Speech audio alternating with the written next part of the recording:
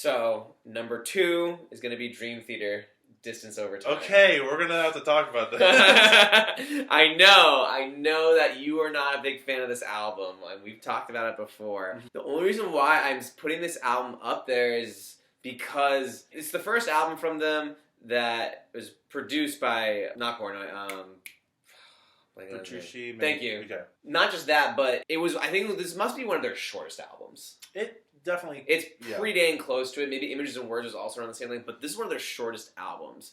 And they stepped away from doing like the whole rock opera thing. I'm talking about you, Astonishing. Oh my god. Yep, like, I'm okay with it. Okay. I'm okay with it. So, it was a shorter album, and it's one of the first Dream Theater albums that I was so very comfortable with just playing over and over and over and over and over again. Whereas the other albums, I couldn't do that. 1, because of time. 2, because, like, it's a full story, and, like, I just wanted to listen to the story. This, I don't know, it seemed a bit more of a free-form album. Like, this is their We're Having Fun album. Yeah. I guess I felt that when I was listening to this album over and over again from every song that they have on there. Even I think they have, like, their bonus track where it's Viper King. Okay. Very, like, Rush sound coming from Dream Theater. It's just, they definitely enjoyed having this, like, making this album together. It was a fun album for them, and I had a fun time listening to it. There's still a lot of, I think, complexities to it, not like the other albums, but it still has like the crazy progressive sound and progressions and messing with the time signatures like I always do. I mean, Untethered Angel is a great return to more of a Systematic Chaos sound. Yep. Barstool Warrior feels very much like a Rush song. Yep. And I think Mangini wrote the lyrics to that one. Okay. Paralyzed feels a little bit like a Brinker Benjamin song, but that's not necessarily a bad thing. Exactly. Exactly. There are some good songs on there, but if you're looking for an album that's better, that has somebody from Dream Theater past, then you're looking at my number 2. Oh boy. Which is Flying Colors with their third album, Third Degree. For those of you who don't know, Flying Colors is an amalgamation of a lot of different people, forming basically a supergroup. Mike Portnoy is the drummer. Now I thought it's Petrucci, not Portnoy. But yes, keep going. So, their first album, very solid, very run-of-the-mill progressive. If you like progressive, you would like it, but there were some problems with it. Their second album, don't remember that much. So I was like, okay, you know what? I'm going to just put it on, see how it is. And I literally just found out about it because of watching someone else's review, and they had like a bunch of reviews that they had not done, but they did scores for, and they're like, all right, so here's all these albums I've listened to and all the things. And it was like, if you had not watched the video for those like 5 seconds, you would never have known that it was there. So like, okay, cool. Flying Colors, I haven't listened to them in a while. Why not check them out? I started listening to it with a friend of mine while we're going to go jam, and like I stopped, we just weren't listening to it, and I was like, oh shit, this song sounds very much like dad rock. And I was like, okay, this is not going to go well. And then I listened to the whole entire album, and it was incredible. Really? Does it hit the epicness of Fear Inoculum? No. But every song is just phenomenal. There is not really much of a blemish. I might say, like, a melody line here, or maybe you could have gone a little bit different for a vocal line here, but like when that's the only thing that I'm really talking about, you're not doing anything wrong. Like, right. And there's so many nitpicking. There's so much diversity on there. There's some more like 70s rock songs like The Lost Inside and more, but they each have their own interesting ideas. Like the chorus on Lost Inside, phenomenal and very progressive. The interlude part on More mixes in 3, 4, and 6, 8 in such an interesting way. You got some more conventional progressive songs like Cadence. You get a song that is a little bit more bouncy like Geronimo. You get some very epic songs. I know, Geronimo. But you get like some longer songs, Last Train Home and the last song of the album. But you also get an absolutely gorgeous 80s ballad-esque thing. You Are Not Alone, which is about the flooding after the hurricane in Houston and working towards making it a better place. And honestly, like the first few chords, like a tear comes to my eye because it's just Wow. so gorgeous.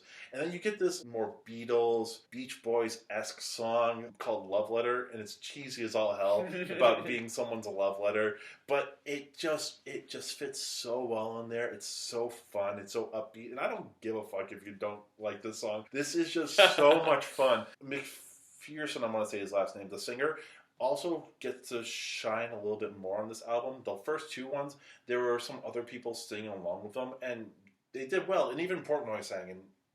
And there's a reason he used like a vocoder in the other tracks. But McPherson, this time around, he gets to shine through, and he sounds phenomenal. And it's finally like a band coming together, knowing their roles, and they've done so many things over the years that they like their expertise in creating an album like this. It's just like second nature to them. And yes, does it go outside the walls of progressive? Not really, but one of the more complete albums I've heard this year. Really? It was going to be my number one throughout most of the year, but I got one more in store. So Kyle, 2019 is the year of like the artists finally finding themselves. Because is that your number one? Yes. Okay, I'm curious. You know it's gonna be Electric Guest. Yes. Okay. You know it's Electric Guest. It's gonna be Kin. Okay. And like I said, this is interchangeable between Dream Theater and Electric Guest. Completely different artists. Yes. But I just have both these albums on repeat like crazy. And for Electric Guest, they are a duo that I again listened like very, very little to their first album. Mm-hmm. Second album, a little bit more, maybe like some of the singles here and there. But this album, man, it's like perfect. I loved it. It's almost like a progression of his voice from first album to this now. It's like it's much less vocoder and like very tinny. Mm-hmm. It's his actual voice, and it sounds so much fuller now. Each song had its own little thing about it. You know, Dollar's just like, oh, I'm just here's me making a buck. I'm trying to move on. I want more. People always wanted to get more. Birthday. It's about this girl that he thought he was really into, and then finds out that she's just a bitch. And like the rest of the song is him just talking shit. You keep disrespecting me. Yeah. Like he was gonna enjoy her birthday, but it's like, nope, not anymore. 24/7 feels such like it's cheesy, but I love it. Yeah, in the best way. It just makes you feel so good, and like that's like, you know, if you want to like, I don't know, I think that's a song that you play that for a girl. Ooh, they'll be like, all right, Max It Out to end the album, like such a very happy poppy album on Max It Out. I was really glad to hear them slow things down. It's just buttery, smooth, high tones. Yeah, I could go on about it. Like, it's a simple album that is just, but when you look at every song individually and you look at the past two albums that they've done, and the fact that he's, his brother, the main singer, I forget his name, his brother is from Lonely Island. Yep.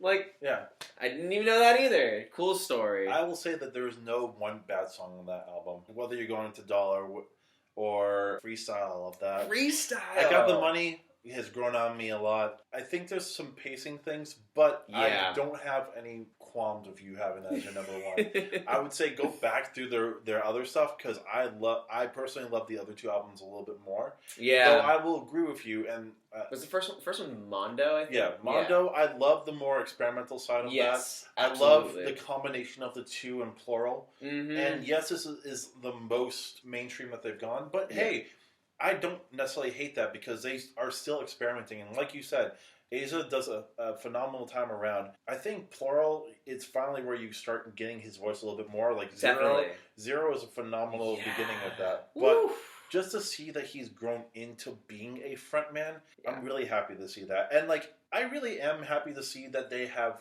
become more popular, because like when Mondo came out, like the only one people knew was This Head I Hold. Exactly. And not many people knew that. Yeah. Right. So to see them now become very popular with Dear to Me, with friggin' the Haim sisters working with them on that song. It's so cool to see them become popular, and I just really hope that they continue that, but also still experiment. Yes. That's all I want. Oh, Devil? Like, super cool. And I think there is like they're very slow progression here, because yes, they've become a little more mainstream. I don't say they're mainstream though. They're still growing into their space. I mean, they're selling out shows on their tour right now. Can't wait to see them. It's gonna be a really fun show. That'll be another really. I'm very curious to see how they perform live. Mm-hmm. I imagine they'll be phenomenal because he just has that buoyancy in him. Right.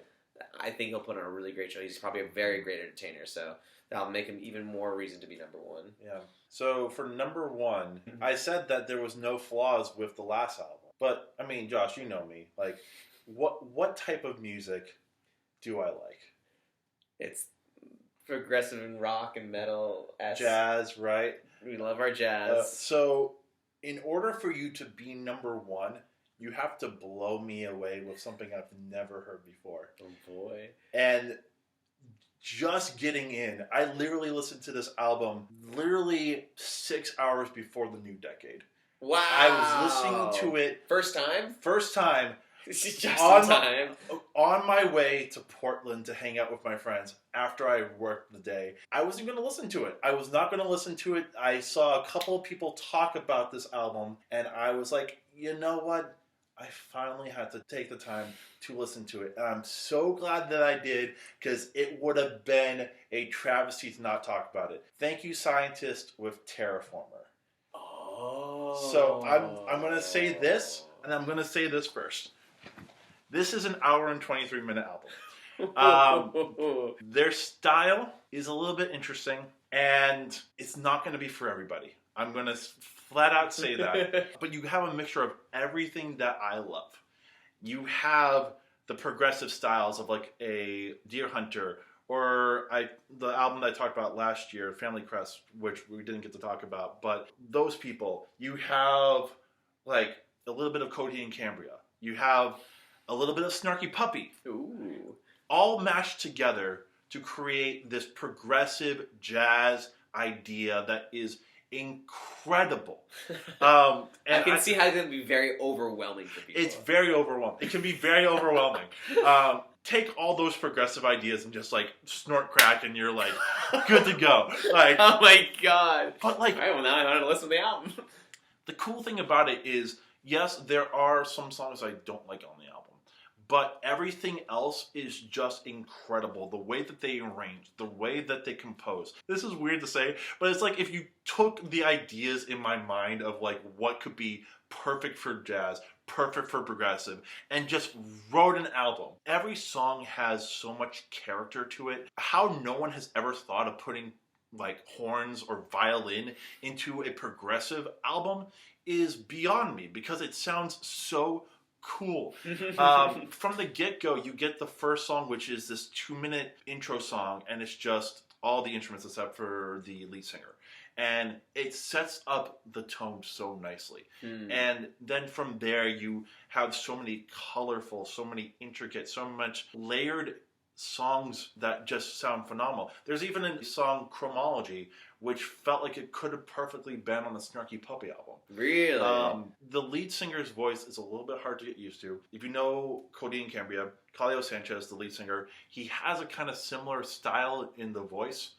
But if you can get past that, he does sound phenomenal. It's just a little bit weaker and a little bit more nasally than you're used to. And like, also the cool thing about it is this band is signed to Claudio Sanchez's record label. So you get a little bit of that vibe. But like, I can't gush enough about it. There's just like so many amazing songs. Yeah, they're long, but this doesn't feel like there's any part that is wasted. It feels like it's a continuation of an idea that they wanted to do, and it just sounds awesome. There's like a lot of really cool horn hits in one of the earlier songs, and then like as you go on, there's some songs that are a little bit more musical theater, a little bit more sedated, but they work well. Hell, they do a better Geronimo song than friggin' Flying Colors did this year. One person put it perfectly. Yes, it's a long album, but this is a type of album that once you start it, you don't want to stop it. Interesting.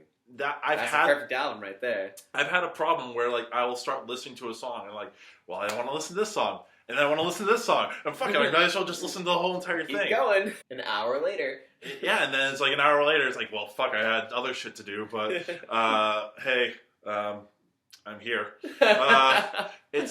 It's a culmination of everything that I have loved for previous number ones. It's an album just for you, Kyle. It is. This is not hyperbole. Like, I'm going to eventually do my top 100 list.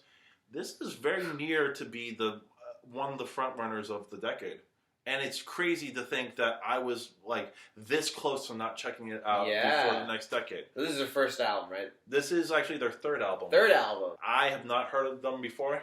I'm super excited to check out the other two. Because if it's anything like this, then holy shit, I may have found a new favorite band. Wow.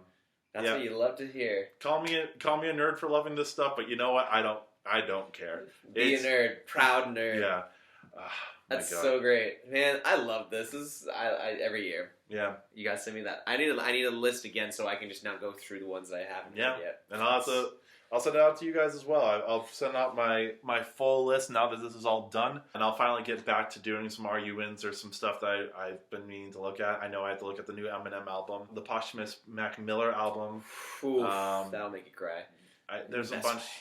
But I'm excited. I'm glad to finally be done with 2019. And there's already so much to look forward to in 2020. And plus the top 100 list. And hey, also, hint, a potential podcast coming out. But a little bit more on that later. Maybe this guy will help out a little bit. Oh, I'm all in. All right. Love it. Love it. Any final thoughts for 2019? It's like we said earlier, this was the year of artists that finally just like had been putting out albums that were meh, and they finally caught our attention. Mm-hmm. It was the year of catching our attention. All these artists that have been around, they finally pulled us in. I mean, it was a hell of a way to end the decade. I really thought at the beginning, like, 2019 wasn't going to be that great, but boy, oh boy. And we got a whole other decade to go. Oh my god. So anyways, thank you so much for watching. Thank you so much for watching every part, since I'm going to cut this all up. Let me know what your top 10 was from 2019. Let me know other albums from 2019 that we should definitely look at. Tell me what you like. Tell me what you hated. Be kind with the stuff that you hated. Share this with your friends and subscribe to this channel. If you watched every part of this and also every other video that I've done for this week, I implore you to please subscribe. You can see how much work I put into this. It's only fair if you can also reach out a little bit. So I will be back some point. I think I might need a little bit of a break. But I'll be back with another argument soon. And until then, this is Josh. This is Kyle. And we're signing off.